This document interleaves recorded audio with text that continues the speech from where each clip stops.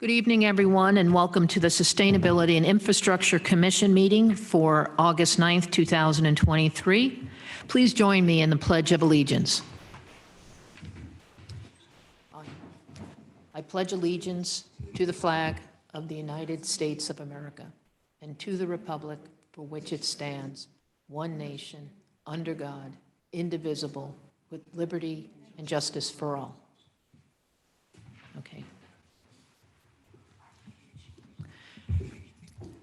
Madam Clerk, could you please do roll call? Commissioner Riddlemeyer? Here. Chair Rowinski? Here. Commissioner Michael? Here. And Vice Chair Narita and Commissioner Robbins are both absent and excused. Okay. Thank you. Just an update, everyone, a very recent update in terms of the development of what we'll be speaking about tonight. The Electrify San Mateo, Building the Future. That is the City of San Mateo's Sustainable Buildings Strategy that would have been discussed tonight under the first agenda item. And I regret it has been postponed, and it looks like it will be held during the our September meeting. So keep an eye out for that. I know there's plenty of people who are interested in participating and learning about that plan, but September is going to be the date for that. And that would be September, I think our meeting in September is September 13th. So September 13th for the electrification plan.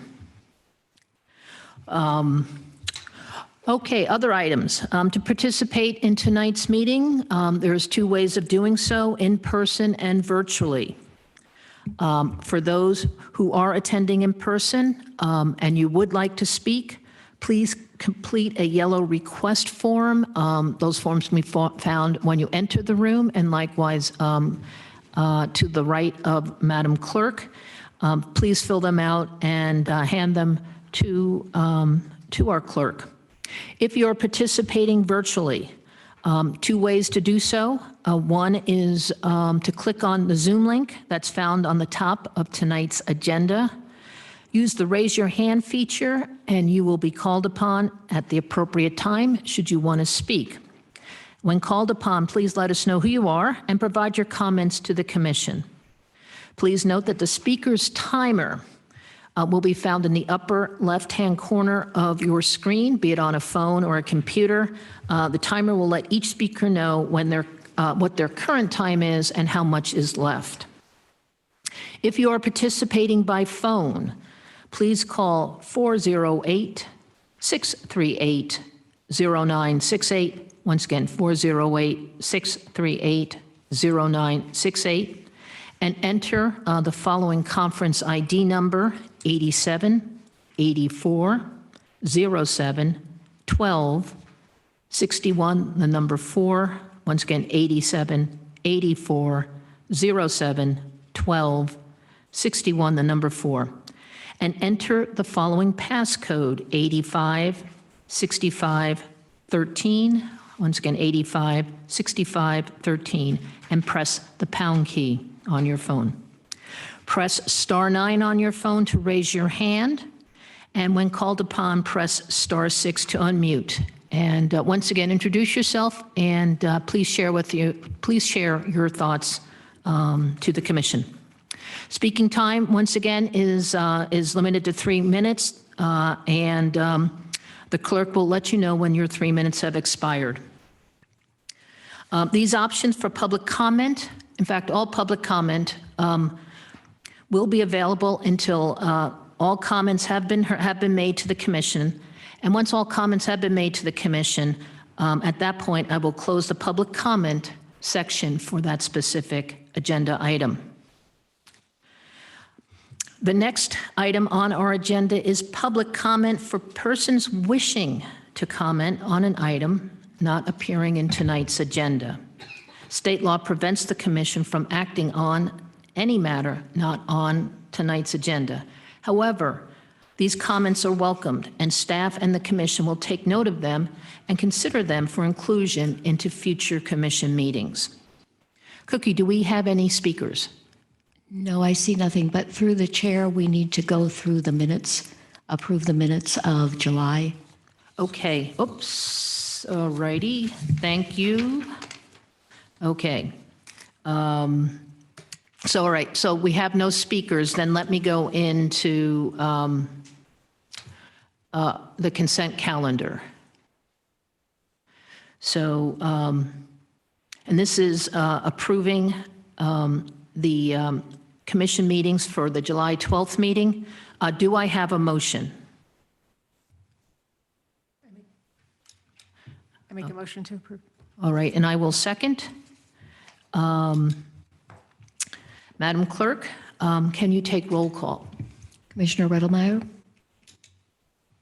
Aye. Chair Rowinski, Aye. and Commissioner Michael. Aye. Motion passes 3-0. Okay, thank you. Okay. And once again, there's no request to speak for items that are not on the agenda. We don't see any of that. Actually, there is Bruce Nagel, and this is for an item, just confirming this is for an item that is not on the agenda. That is correct. Okay. Okay. Hold on one sec. You should be able to speak now. Yeah, I'm sorry I ran too soon. I was waiting. I'll be commenting on the rest of it. Thank you, and sorry for the interruption. Thank you. Okay. So I guess as Bruce, is he commenting? He said he will comment on the other item. Oh, okay. All right. Okay, thank you. Okay, so if there's no other requests to speak, I will close out that agenda item. And we'll move to our next agenda item, which is under new business. And under new business, we have a agenda item, which is an update to the city's Climate Action Plan 2023. Again, the Electrifying San Mateo City of Sustainable Building Strategy Plan has been moved, and once again to the September commission meeting, which is the 12th, the 13th of September. Thank you. Okay, so the Climate Action Plan, this agenda item will require a motion by the commissioner, by the commission. That is, does the commission recommend or not recommend the technical update to be discussed tonight be sent to City Council? We'll have a presentation from Andrea Chow, the Sustainability Analyst for the City of San Mateo. Andrea's presentation will be followed by questions from the commission. Then we'll move to comments from the public, whether they're made in person, by phone, or video. Once all public comments have been heard, I will bring the discussion back to the commission for any final questions and as well as final comments. So on that note, Andrea? Great. Good evening, Commission. My name is Andrea Chow. I'm the Sustainability Analyst with the City of San Mateo, and I'm here tonight to bring the Climate Action Plan and the 2023 Technical Update.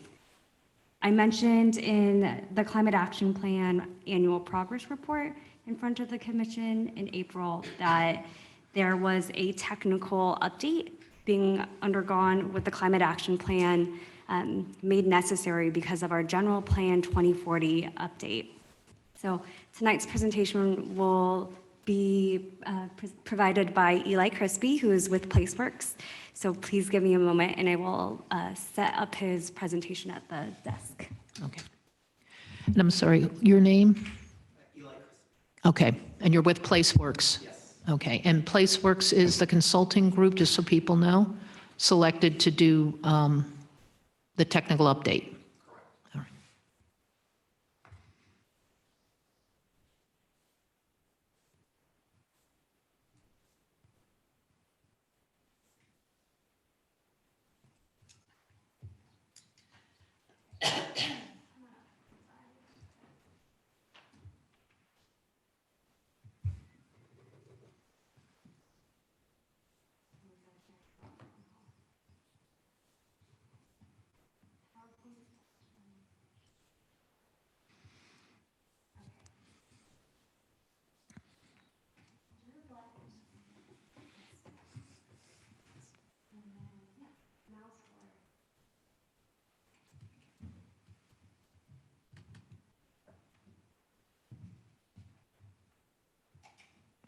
Good evening, Commission members. My name is Eli Crispy with PlaceWorks.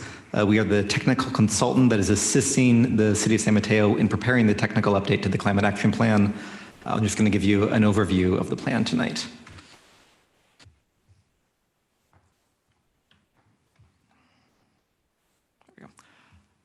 So I'm going to go over what the Climate Action Plan is, discuss in summary the technical update, including why it was necessary to perform the update and the changes that we have made, and then move to the Commission's review and recommendation.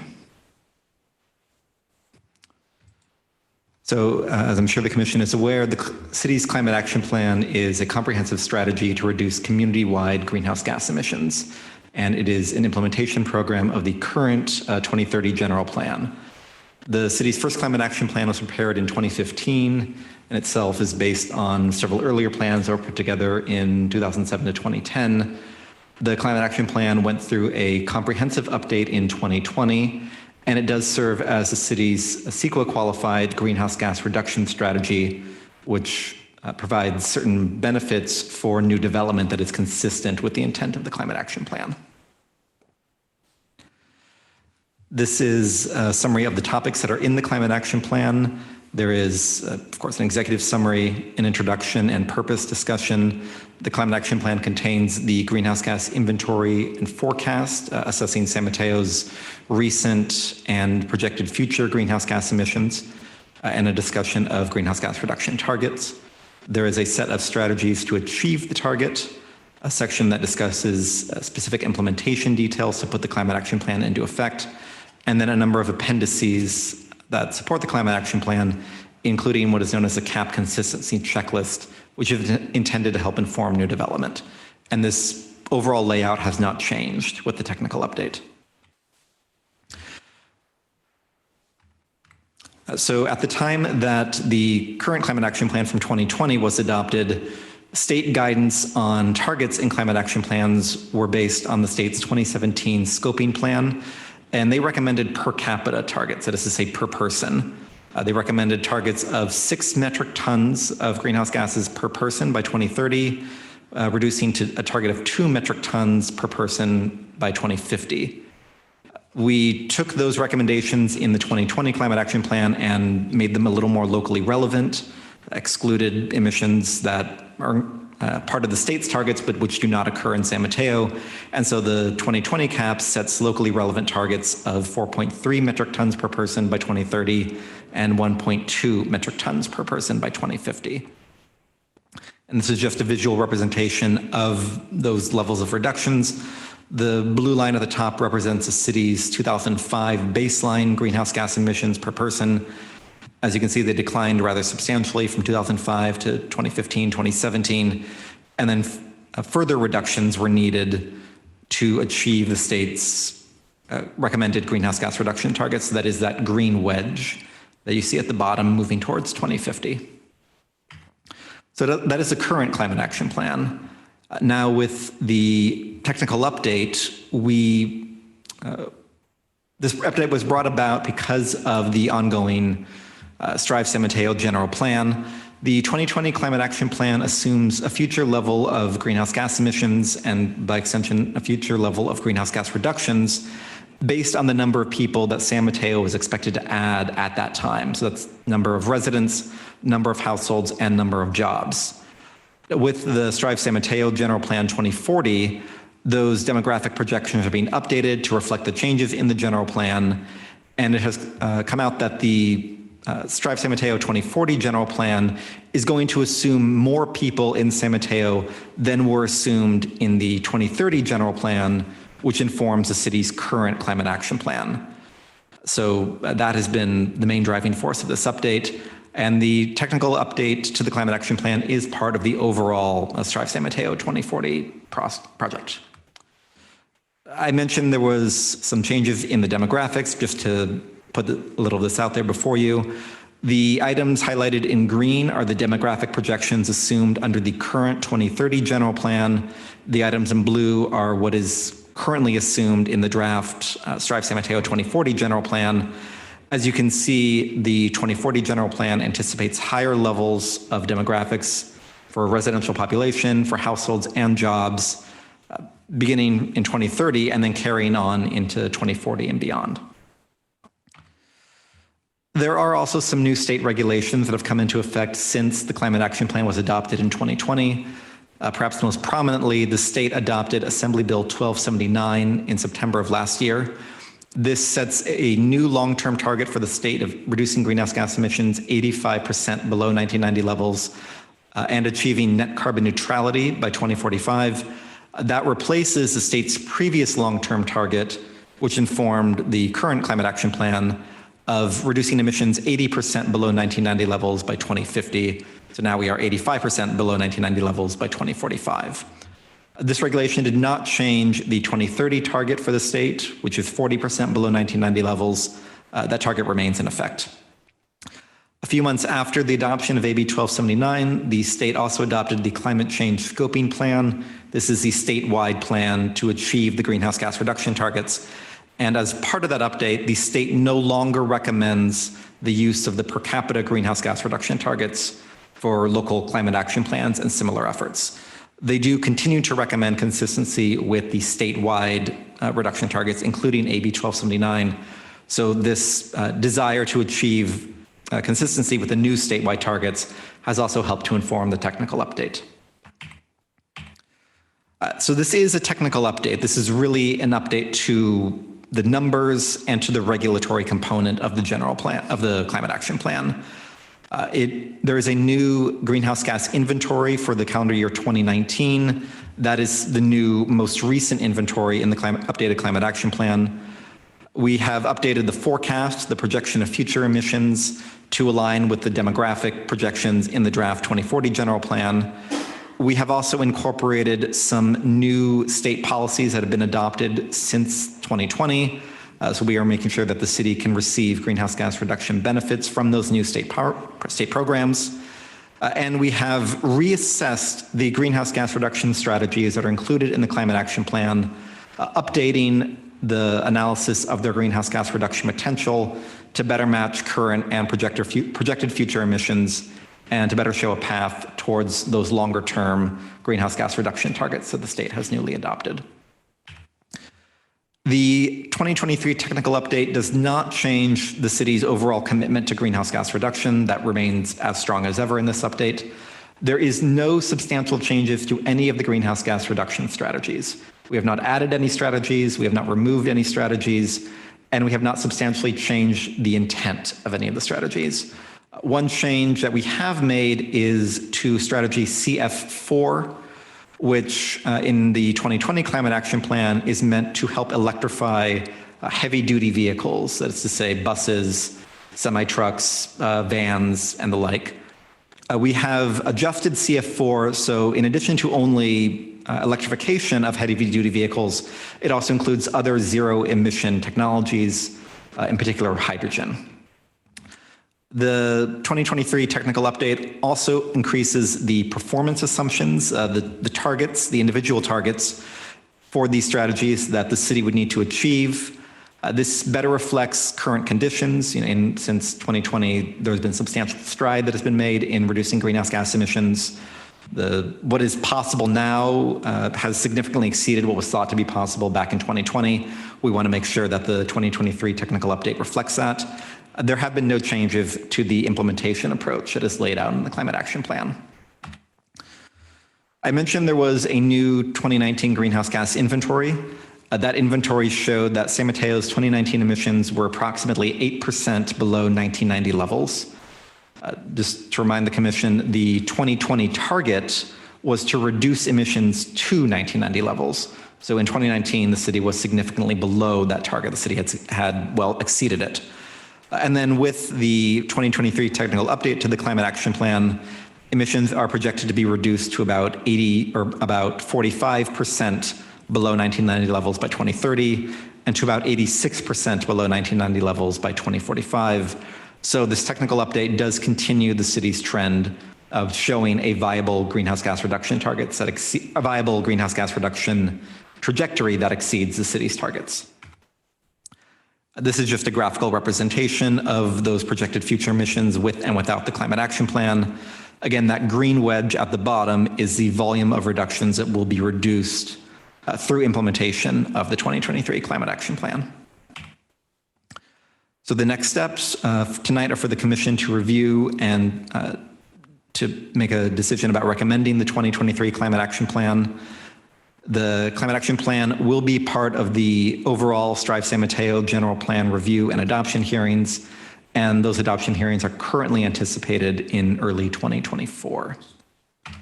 And that concludes the presentation. I'd be happy to answer any questions.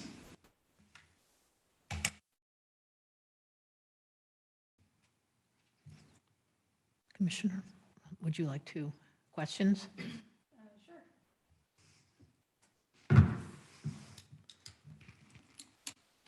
Thank you for your presentation.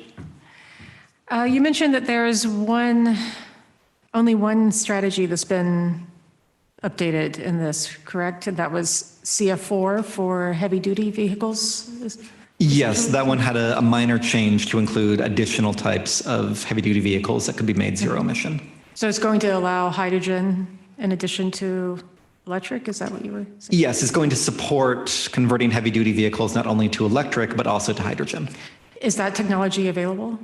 Not at the, well, it is available. It is relatively limited right now. The state does project that by 2045, there will be approximately twice as many heavy-duty vehicles that use hydrogen as opposed to electricity. So we want to make sure the Climate Action Plan is supporting that. Okay.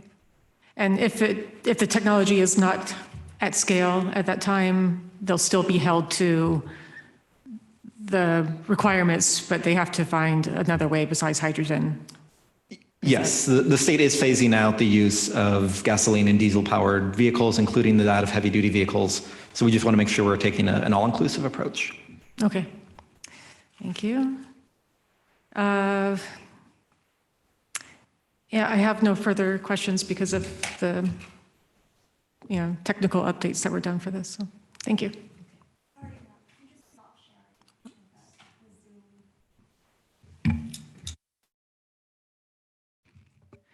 Commissioner Michael, questions? Hi, thank you. I'm curious, will the cap then be adopted into the general plan? I can take on that question. So the Climate Action Plan will be adopted as its own document, but it will be brought forward to the City Council with the general plan. When is the general plan coming to the city council?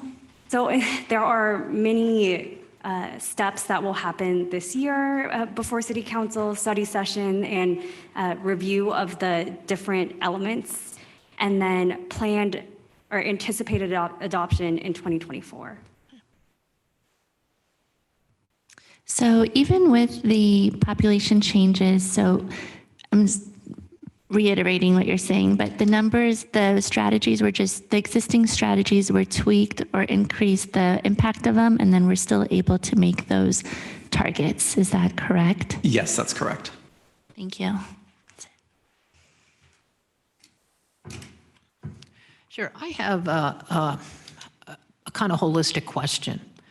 I'd like to understand, all right, we have this CAP document.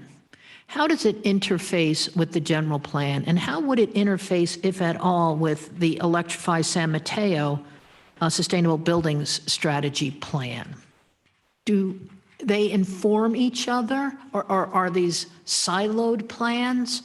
How do all these how does this plan CAP interact with at least those two plans on a practical basis? And how does it affect residents and businesses? Sure, Eli, maybe I'll put you on the spot about the general plan and I can talk about our sustainable building strategy. Sure, I'd be happy to. So since Strive San Mateo 2040, the general plan is a comprehensive citywide document. The Climate Action Plan is meant to analyze and reduce the greenhouse gas emissions that are associated with all of the new activity and all of the new development that could occur or that is expected to occur under the general plan. So it is, in a sense, an implementation document of the general plan. It takes those higher level strategies or higher level general plan policies, makes them a little more focused and supports direct implementation. And then it also informs the environmental review that accompanies the general plan. Sure. So could you, Eli, is there some examples? I'm trying to add, this is a very abstract argument or discussion, and I'm just trying to add some practical, can you give us, the audience, us, the commission, some practical examples of that relationship between the CAP, kind of starting to focus in on the implementation of the general plan? Absolutely. So in the Strive San Mateo general plan, there may very well be policies around the city shall seek to ensure that new development is sustainable and energy efficient and uses renewable energy and similar higher level language.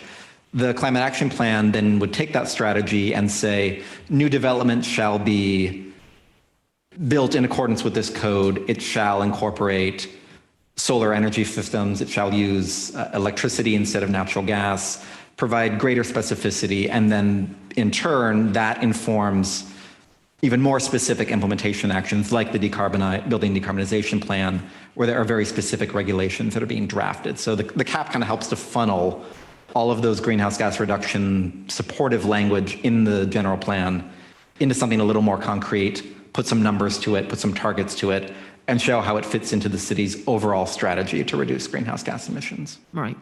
So it's fair to say, at least within the context of the electrification plan and the general plan, the CAP is some sort of intermediary. Does the CAP, and that was a very good explanation. Is there another, and I'm asking for this because it's just to get some practicality here. Is there another example that stands out in your mind in terms of that relationship? And I liked you pulling in the electrification plan between the general plan, the CAP, and the electrification plan. Well, a similar example on a different subject might be language in the general plan that, say, supports multimodal transit access. The city shall maintain high-quality trains, buses, and support the use of people having alternatives to getting around other than driving alone in a vehicle. And then in the climate action plan, there might be more specific language about working with Caltrain and Samtrans, supporting greater walking and biking infrastructure in the city, helping to ensure that new development is located in transit supportive areas. So again, taking that intent of the general plan and providing a little more specificity around it. And then in turn, that informs city staff's work plans and their specific implementation actions about what those kinds of programs look like, and sets a few targets and parameters to help city staff achieve those. Right. And then one more question, and these are all very good. Is there another, if we look at the CAP 2023, are there other plans that the city has besides the two we've just discussed? We have the general plan, and we're now going to begin the discussion, it sounds like it during our September meeting, of the electrification plan. Or are there other plans, and Andrew, you might have a better sense of where the CAP will influence our current plans? Is anything in a practical manner?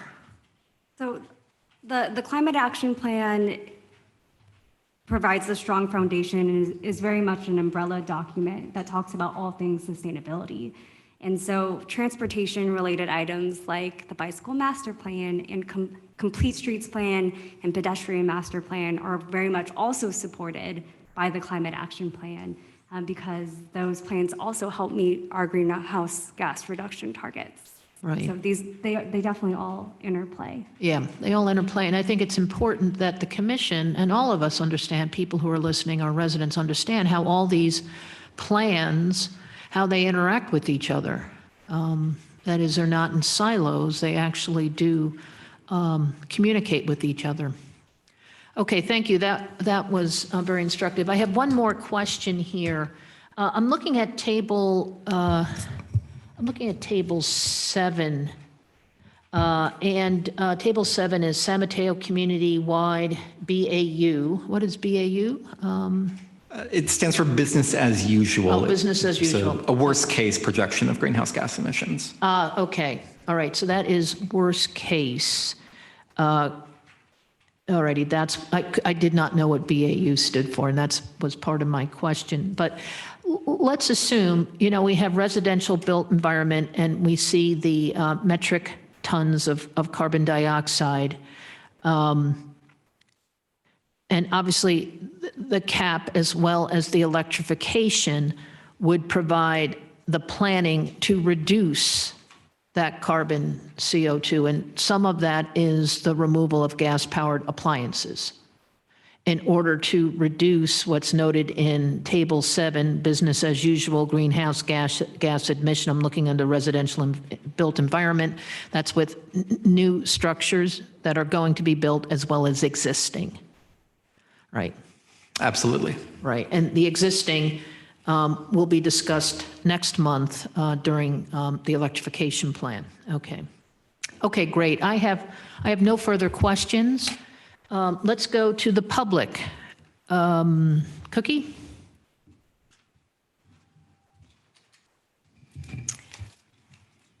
Bruce Nagel? Hello, Bruce? Hi, can you hear me now? Yes. Okay. Thank you for the opportunity to speak and the fact that you're progressing on this pathway to a zero carbon future. I wanted to mention a couple of things in terms of the motivation of why this is important so that we keep our eye on the ball and keep moving this forward. First off, as we use natural gas, we know that sometimes its use can be explosive, as happened in San Bruno about 12, 13 years ago. And so the degree that we can eliminate that kind of extensive fire hazard and explosion is very important. There are also considerable, besides the effects of the sustainability, there's also health effects. Gas stoves have a large percentage of gases that are toxic to our children. And in fact, one study said that the amount of symptoms of asthma within households with small children with gas stoves is like 40% or more incidents than would be from baseline. So we have a number of topics that are saying that this is a good thing to do. We can even ignore the problems of reducing it for sustainability. There's another important thing, and that is at this time we've come up with a significant amount of things like the IRA to allow us to have the resources to put these changes in place, to electrify apartment buildings, put car charging in apartment buildings, come up with plans to make it easier for people to trade out their gas heating and hot water appliances for electric ones. So we're in a rare spot of place that we need to be able to move forward. We have tools to do it, and I thank the commission for looking at this thing and make sure we do all we can to keep our eye on the ball, because the world needs us. And what we do here in San Mateo isn't just for us, it percolates to the world. California leads by example, and other people follow. And thanks for the opportunity to speak. Okay, great. Thank you, Bruce. Any other speakers? I see no other speakers. Okay, and we have no in-person speakers, no one on the phone. Okay. Going once, twice, 3 times. All right. I'll close public comment and bring it back to the commission. Does anyone have any final questions and final questions, and I'll go to final comments? Any final questions? Nope. Okay. Any comments before we go to vote? Comments? I'll just make a comment that I think this is really a great value to the general plan when that comes to the 2024 to be adopted, to know that the climate action plan is aligned with it, and the city is, like you had said, there's all these plans working together and that they're staying at the same pace. So great job. Thank you.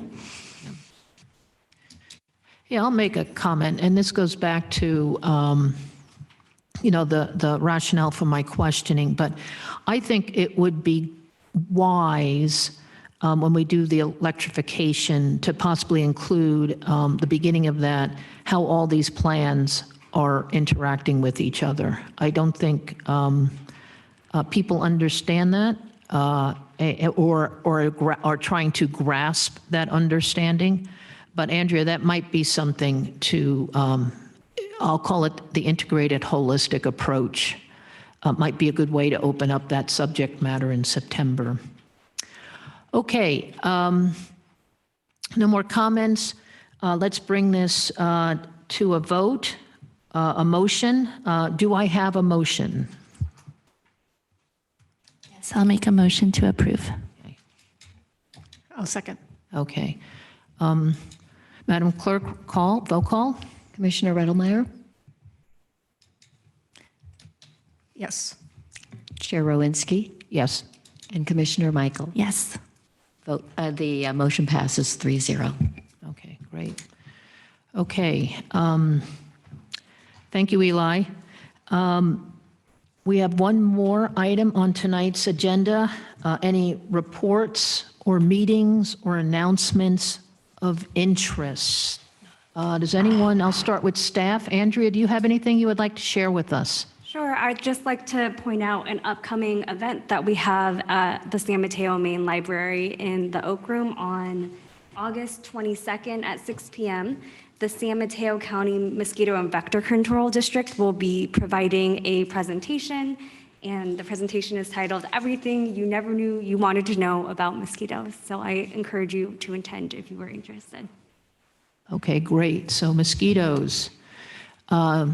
I have something to announce, and this is in regards to the city's flood and storm protection initiative.